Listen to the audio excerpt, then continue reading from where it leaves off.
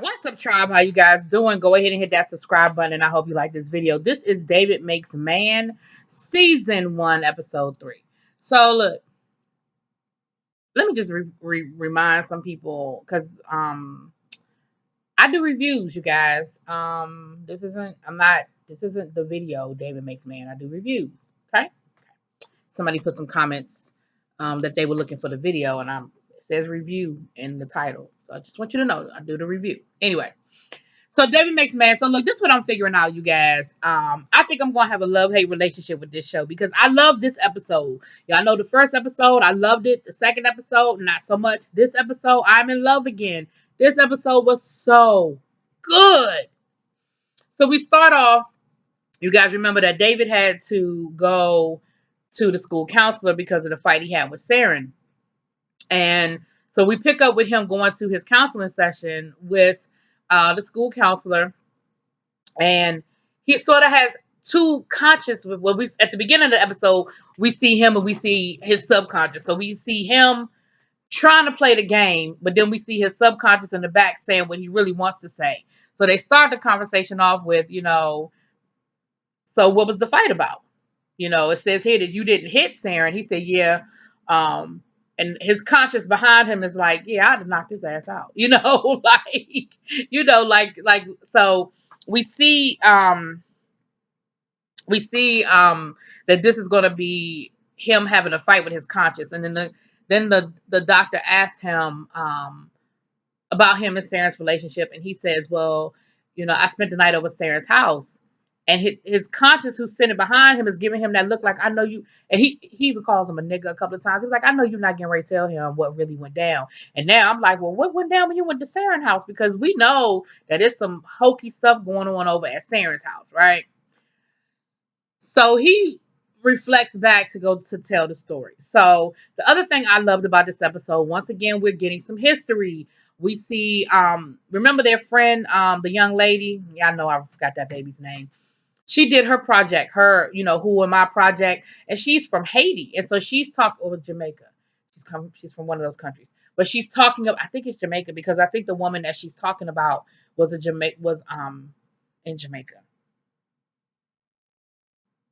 Pardon my ignorance on that statement, but I'm familiar with the story. I just can't remember if the country is Jamaica or Haiti, and I know somebody's gonna let me know in the comments. So thank you ahead of time.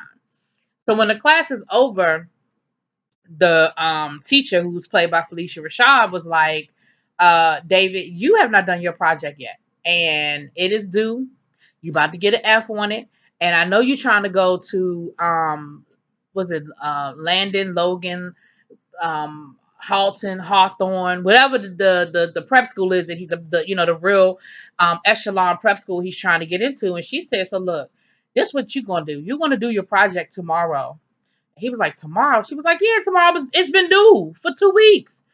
She said, but you're going to work with Saren. Because, of course, she's trying to get him and Saren to be friends again. But she asked him, have you and Saren made up? And he was like, we spoke. Like, he said, what's up? I said, what's up? You stole my girl, so what's up? I'm sorry. Shout out to LL Cool J. Anyway, if y'all don't know what that's from, then we are definitely not the same generation. But anyway. Ooh, that used to be my song. Okay, y'all, I'm stopped because the song is playing in my head now. Anyway, so he was like, I gotta do what? She was like, yeah, you need to go. You and Saren gonna have to go work on it. So of course he has to run up to Saren and play all buddy buddy. Now he got to play all friendly to Saren, who he really hasn't been messing with, because he's uncomfortable with how to approach it, because he betrayed Saren's trust and what he did to him. So I want to know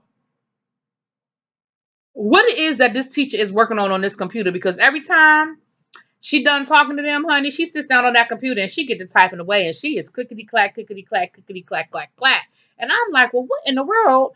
Are you working on a second dissertation? Because she is typing up a storm, honey. But anyway, he walks up to Saren, and the body language lets you know Saren ain't feeling it. But Saren wants to be his friend again, but Saren is really fighting with trusting him again, being hurt by him again, like all of that stuff. But Saren is giving it to him. He ain't making it easy on him. But at the end of the day, he convinces Saren to he convinces Saren to let him help him with the project. But Saren was like, the only way I'm gonna help you is if you gonna spend the night at my house. He was like, cause you it's due tomorrow and I'm not staying after school. So either you gonna come to my house tonight or it just ain't gonna happen.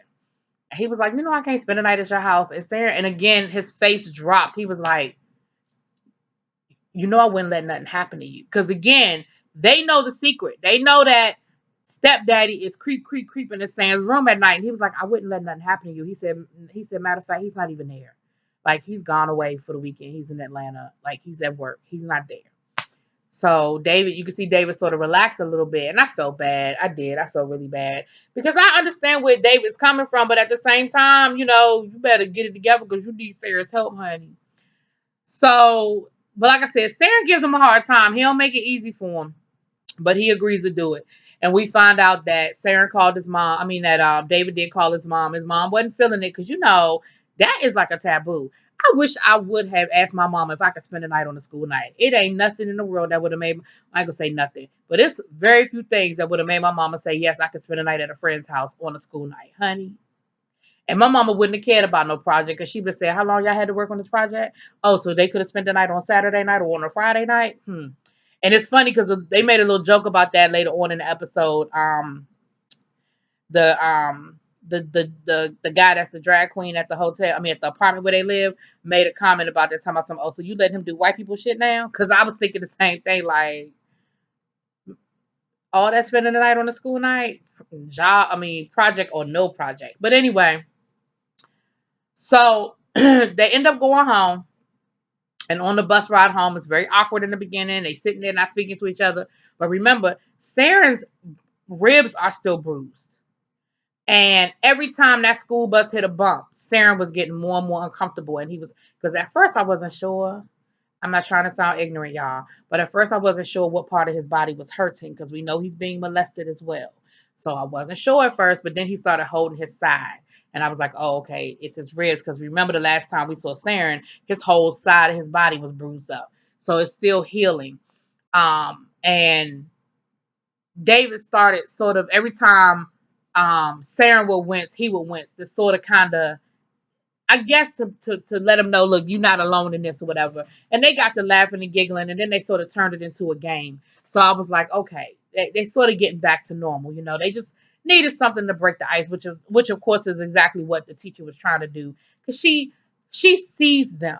You know what I mean? She sees them. Obviously she doesn't know what's going on at home, but she sees their friendship and she sees that they really do need each other.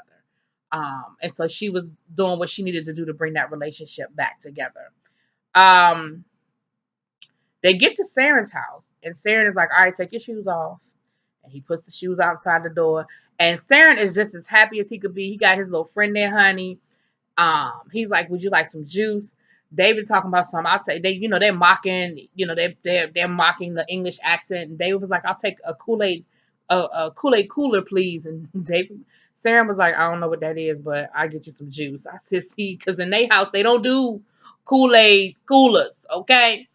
And when Saren opened up the refrigerator, David was just like, oh my gosh. Because what he saw was this nice big house. He saw that refrigerator full of food. He was like, oh man, you got it made here. You have the life. And as soon as it came out his mouth, he realized what he said. And Saren was like, it ain't all that great.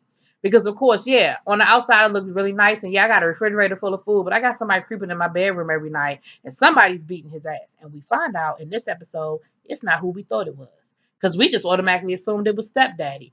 But when mama gets home, Saren loses his mind. He hears that car coming to the driveway, honey. And he start wiping down the counters. And honey, he gets so nervous. And I'm thinking, oh, that's Ray. Ray done came back early. The stepdaddy. Oh, he done came back early. Oh, no, it's his mama. So come to find out, he got Ray creeping in his bedroom at night and mama whooping his ass. I said, this poor baby. This is why kids kill themselves. And I'm not even saying that to be light. This poor baby is tortured from every which way. And the person that should be protecting him, which is his mother, is giving him a whole nother type of abuse. And he can't even lean into her. So him and David start having a conversation. This before she gets home. They start having a conversation. He said, is this your daddy's house? And Saren was like, nah. He said, my father never lived here. He said, Ray bought this house. He said, my dad lives up in Tampa, and I think my mom likes it that way. So he knows who his father is, and his father was a part of his life at one point, but he's no longer a part of his life. So um, it's not somebody that he can, I guess, call and say, hey, this is what's going on with me. I need some help. So then David says, like, look, I ain't never know my daddy, because I think Saren asked him. He said, I never know my daddy. Um, just is what it is. Now, remember, we have been speculating on who David's daddy is. We get a little bit more information on who David mama said the daddy is, but we definitely have some introspection as to who we think David's mama is. So David doesn't miss a beat. He peeps the fact that the mama and the mother even said to him, she said, you better be lucky you have company, or I would, give you a little attitude adjustment. And that's when you really like, okay, so his mama is the one whipping his ass. So now we understand why back at the counselor's office, because we back at the counselor's office, why his his subconscious that's sitting behind him is like, I know you're not about to tell him what we saw. Like, you're not about to tell him what went down when you went over Saren's house. But of course, David is being very political. He's telling the story without telling all of the story. But he's being very political about what he's choosing to share and everything. But Saren's mom is very nice to David, but yeah, she ain't that nice to Saren. And which is of course what the subconscious is saying behind David, but that ain't what David is actually saying out loud to the doctor. And then a second conscious shows up, um, who's more of like the jokester, more of like the comedian. And then they get to talking about where he lives and the neighborhood. And he talks about, he said, y'all had a rough summer over there. And David was like, yeah. And of course, David started hanging his head and was a little nervous. He was like, yeah. He said, so did you know any of those people? And David was like, yeah. And again, his subconscious is like, I don't tell him. Don't you talk to him about it. And of course, he's talking about Sky and how a really good friend of his passed away. So the doctor, of course, is taking notes of all of this and everything. Um, So then we get back to David and Saren working on this project. And they're trying to come up with the music because we know Saren can sing. But the song they want to sing is a little bit higher octave than what he can really carry. So then they get the idea to call their friend, the young lady whose name, y'all know, I remember that girl's name. And she's got a strict mama, she don't let boys call the house, but she said, but it's Saren, it's okay if it's Saren. She was like, Mama. Like, Mama. But they and she is funny. When I tell you she time enough for half of them boys, cause she David, she could hear David in the background giggling. She was like, what do y'all want? He was like, how you know David was here? She was like, cause I could hear him in the background giggling. What do you want? And so they asked her, well, David wants to know if you can help with the project. She was like, no. He was like, no. She was like, no. Because you've had 2 weeks to do this project and you wait to the last minute. I don't do last minute. You're not gonna sit here and give me last minute work. And she was like, he was like, come on, man, please. She was like, maybe if you ask nicely. He was like, can you please help me? Like, she is giving him the blues the whole conversation, okay? She even tried to lie and say, my mother said I gotta get off the phone. Her mama was like, no, you don't. It's Saren. You fine. She was like, Mama. But she does agree to help them. So they putting this project together, and Saren looks over at him and says, are you sure you want to tell this story? He was like, look, if this is I got to talk about where I'm from, then I got to talk about where I'm from. So who this me text me?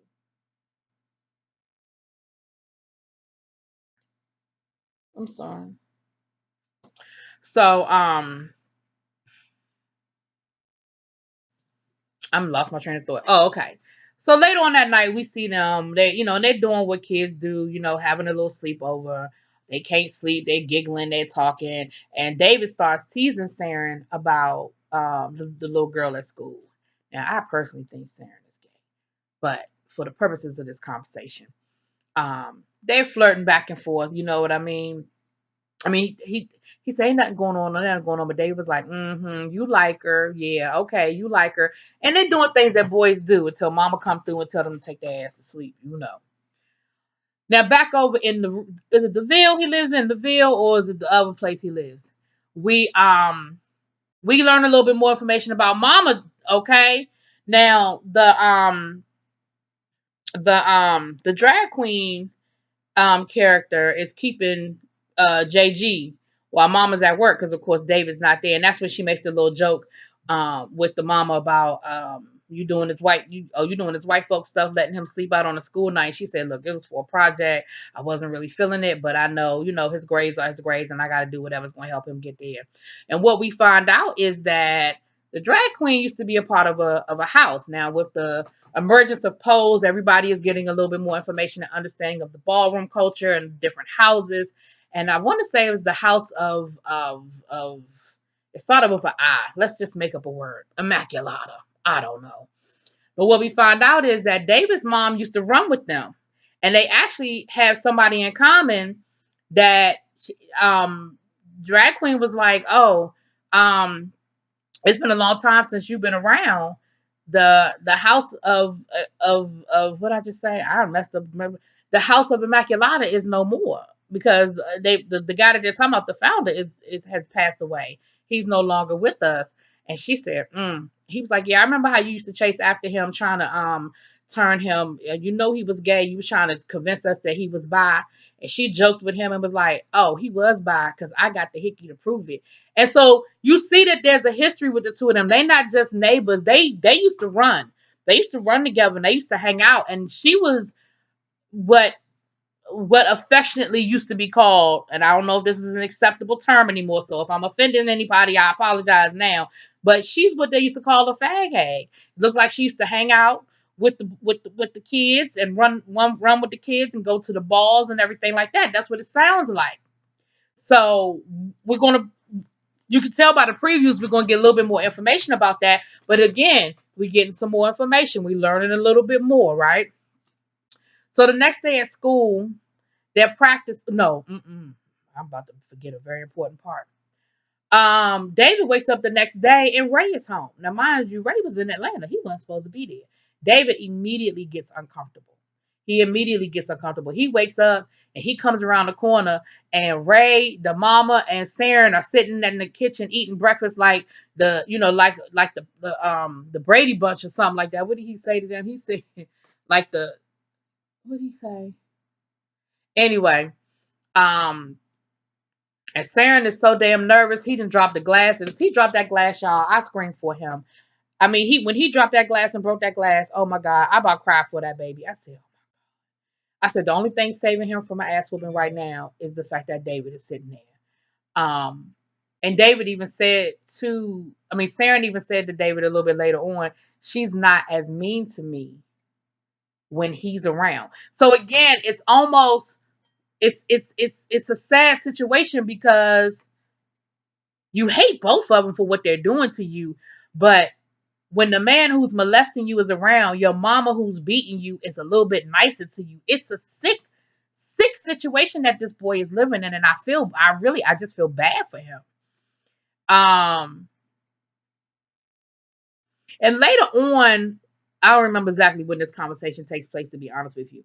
But later on, David has a conversation with Saren, and he says, "You act like the next scene when they're with the little girl getting ready to practice and she's fussing at them about waiting to the last minute and they are totally tuning her out while she's fussing and they're talking to each other and David says to Sarah, he was like, you act like you was cool with them this morning, like you act like you didn't have no problem, that you good old, y'all was sitting there like y'all was, one big happy family. And Sarah was like, I gotta play the game. And David said, you really need to tell somebody. He was like, I told you. David was like, no, somebody that can do something about it. He was like, who am I tell? I can't tell my mom. Like, who am I going to tell? And David said, well, do you think she knows? And Sarah was like, she sees what she wants to see. So I don't know if that means yeah, and she's ignoring it, or no, I don't think she knows. But definitely, and that's a lot on a kid. Like, I get it that he felt like he had to tell somebody his secret, but that Sarah put a lot on David. That's a lot on David to have to carry. So the little girl finally gets done fussing at them, and she says, "Look, I got it. I know what y'all want me to do. I got it." David was like, "No, we got to run through this." She said, "Look, I got it. I know what you want me to do. I'll be there." And David loses it. I mean, he about to cry. He's telling about this is my grade. He was like, "Look, I'm begging y'all, please. I'm begging. Can we just go through it one time? Can we just run through it one time, please?" And you see the panic. You see the fear. I mean, you see all of that. Cause see, the other thing is um Felicia Rashad is holding a recommendation, sort of dangling it over David's head, like, look, I know you want this recommendation from me to this, to this high school that you want to go to, and I can't write no recommendation if you're not doing what you're supposed to be doing here. So he knows that there's so much on the line with this. So is doing his project, and the little girl is holding a baby. And her and Saren are singing in the background that song by Mary J. Blige. Um, gotta face reality. There will never be any more of us. Talking about, how could you deny your own flesh and blood? They're singing that song in the background while David is telling the story of his father. And what we find out is his mother was a young mom, looked like she was like first or second year of community college. So she was like, 19, 18, 19 years old. And she shows up on the doorstep of her professor, who is also David's father, or at least the person she said is David's father, because I still think Scott a damn daddy. And the wife answers the door, and she basically lets it be known that the wife peeped her sticker in the car from the community college, and she said, "Wait a minute, I know you. My husband, you're my husband's student." And she says, "Look, I'm not here to cause any problems." She said, "Oh, so you show up on my doorstep with a baby and you ain't here to cause any problems?" She was like, "Look, all I'm saying is I ain't make this baby by myself. I just need him to step up and be the father. Like, I just need his help." And she said, "Well, you knew what you were doing. I ain't nobody tell you to lay with a married man." She said, "First of all, you know your man. Do you really think he told me he was married before we started having sex? Second of all, do you really think I'm the only one that's about to show up on your doorstep with a baby? Like, stop it." And while this is going on, he's pulling up, and he calls her all kinds of hood trash, tells his wife go in the house, and he tells her, "You come back to my doorstep again, I'm going to call the police." And she was like, "Look, I just want you to step up. Like, I don't want to be with you, but I didn't make this baby by myself and I need help." And he let it be known he wasn't going to help her do nothing and don't come back. And then when he started calling her all sorts of hood trash, talking about something, "How do I know it's mine? You probably laid with half the neighborhood." She said, "You were the only one." And something clicked in her. She said, "You know what? I tell you what, don't even worry about it. You don't have to worry about me or this baby. Okay? You ain't got to worry about me or this baby. We going to be all right. But don't come sniffing around when he becomes a famous something, whatever. Don't come sniffing around." And he told that story. And of course, the class is speechless. They're looking at him like, "Say what?" Because everybody else told these great stories of their ancestors being these wonderful people that did these great things. And here he is talking about how his father denied him. And the even the teacher is sitting there stunned. And I think she's more stunned that he told the story, not so much that is his story. You know what I mean? And she so when the song was over, I mean, when the presentation was over, even his classmate had to come up to him and give him dap. Talking about, "So, man, that was really deep, man. That was real deep," and gave him a little dap and everything. Sarah was like, "What was that about?" He was like, "White privilege." Like, you know what I'm saying? Like, well, I don't know. And they were like, "Well, how do you think she liked the project?" And she didn't say anything. And they were like, "Well, I got a well done. I got a good job." And she didn't say nothing to you. And she finally told David, "Good job." And David was standing there like he was getting ready to ask her about that recommendation, I think. And she dismissed him. She was like, "I said, good job, you know." And then she went to typing on that computer again, clickety clack, honey. Um, and then back over to the doctor.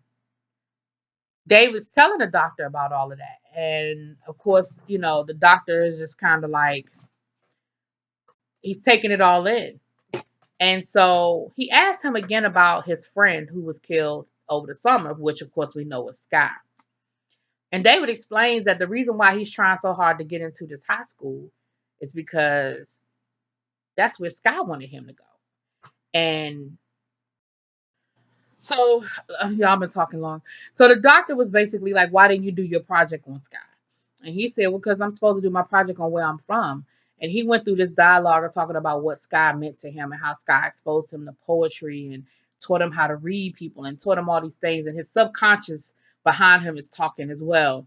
And at the end, he was like, "So it didn't make sense for me to do my project on Sky because he wasn't where I'm from.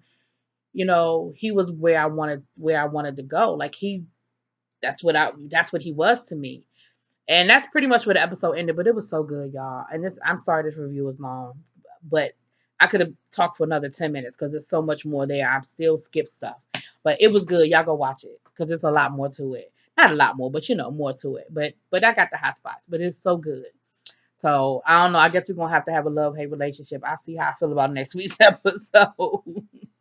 Anyway, let me know what y'all think. Drop it in the comments, please.